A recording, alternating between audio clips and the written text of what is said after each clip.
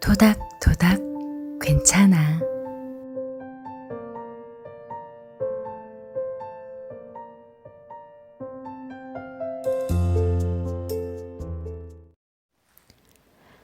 오늘 하루도 잘 보내셨나요? 오늘 하루도 수고 많으셨습니다. 아이의 웃음소리는 언제 들어도 미소를 짓게 만드는 것 같아요. 저는 아이들을 너무 좋아해서 유아교육을 전공했거든요. 지금은 잠시 쉬고 있지만 문득문득 아이들이 보고 싶을 때가 참 많아요. 제가 아이들과 함께 하는 일을 하면서 해마다 많은 아이들과 학부모님을 만나게 되었어요. 매년 상담을 하면서 제가 느낀 건 아이에게 있는 장점은 제쳐두고 아이의 단점이 개선되기를 바라신다는 거예요. 근데 그건 어찌 보면 당연한 일인 것 같아요. 내 아이니까. 세상 누구보다 사랑하는 존재이기 때문에 내 아이가 잘 되길 바라는 걱정에서 비롯된 거라는 걸요. 그런데 어찌 보면 그건 내 아이가 내 소유라는 욕심 때문에 생기는 것 같기도 해요. 아이가 느리면 빨라지길 바라고, 아이가 개구쟁이면 얌전해지길 바라고, 아이가 소심하면 당당해지길 바라죠. 그치만 나쁜 성격은 없어요. 그냥 다를 뿐이에요. 느린 게 아니고 여유 있는 거예요. 개구진 게 아니고 활동적인 거예요. 소심한 게 아니고 조심하는 거예요. 아이의 타고난 기질이라는 것이 있는 거 아시죠? 사람의 타고난 기질은 잘 바뀌지가 않잖아요. 그러니까 우리는 아이의 기질을 파악하고 그것에 어떻게 부모가 대응해 줘야 하는지에 대해 생각해 볼 필요가 있을 것 같아요. 오늘 소개해 드릴 책, 왜 아이에게 그런 말을 했을까?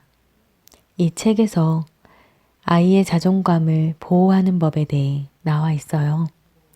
첫째, 비판하지 않기. 둘째, 지나친 칭찬 안 하기. 셋째, 대신 해주지 않기. 넷째, 완벽주의 버리기. 다섯째, 비교하지 않기. 여섯째, 부모 자존감 비밀 지키기라고 하네요. 이 중에서 제가 여러분과 이야기하고 싶은 게 몇 가지 있는데요. 먼저 지나친 칭찬 안 하기예요. 자녀를 진정으로 위한다면 너는 누구보다 특별해 라는 말보다 너도 특별하지만 친구들도 모두 특별하고 소중한 존재야 라고 말하는 것이래요. 칭찬이나 긍정적인 평가도 좋지만 무엇보다 부모의 따뜻함이 자녀의 자존감을 높여주기 때문이라고 합니다. 제가 요즘 지하철을 탈 때 이해가 가지 않는 모습을 종종 보게 되는데 그건 바로 임산부석에 앉는 사람들이에요. 연세가 있으신 분들이나 거기가 아예 임산부석인지도 모른 채 앉는 남자들도 있지만 제가 가장 이해가 가지 않는 건 아이에게 앉으라고 하는 엄마예요. 얼마 전에 임산부였던 사람이 그런 사람을 위한 자리에 내 아이를 앉힌다는 거. 이게 과연 모성애일까요? 이게 정말 내 아이를 위한 것일까요? 제가 어릴 때 저희 어머니는 자리에 함께 앉아 있다가도 우리 할아버지 앉으시라고 하자 라고 하시고 양보해드리면 또 그 할아버지께서는 무릎에 앉으라고 이야기하시곤 했는데 아이들과 함께 있다 보면 해가 지날수록 아이들이 가장 힘들어하는 것이 기다리기와 양보인 것 같아요. 집에서는 항상 내가 최우선인데 사회에 나오면 그게 아니니까 말이죠. 칭찬은 당연히 중요하지만 함께 살아가는 사회라는 걸 잊지 말아야 할 것 같아요. 두 번째 이야기하고 싶은 것은 대신 해주지 않기예요. 부모님들이 가장 힘들어하실 때가 많지만 그 중에는 아이와 주 양육자의 성향이 반대일 때인 것 같아요. 우리는 서로 다른 사람을 보면 왜 저럴까 하며 이해하기가 쉽지 않잖아요.